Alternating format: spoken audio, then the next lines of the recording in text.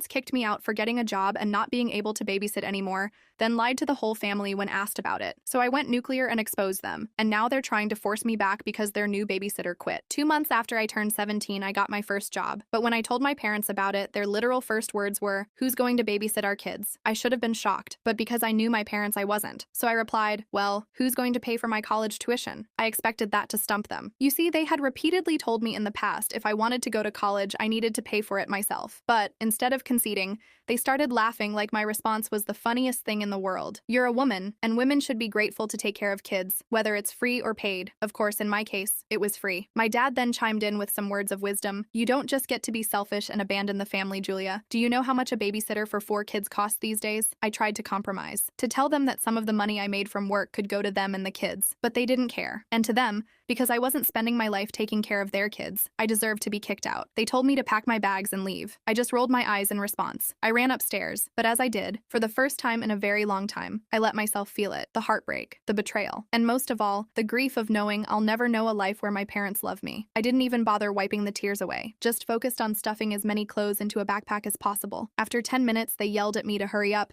and that's when we left for my cousins. On the way there, my parents kept trying to change my mind. My dad reminded me of how much my siblings loved me, or more specifically, how no one else could get them to stop crying like I can. Their manipulation wasn't even that good, but for some reason, I still felt bad. I started questioning if I really was selfish. My mom even started crying, not because she'd miss me, but because now they had to pay for a babysitter. So when we arrived at my cousin Megan's and they just drove off without saying goodbye, I felt even more guilt, especially when she opened the door. Full story on channel.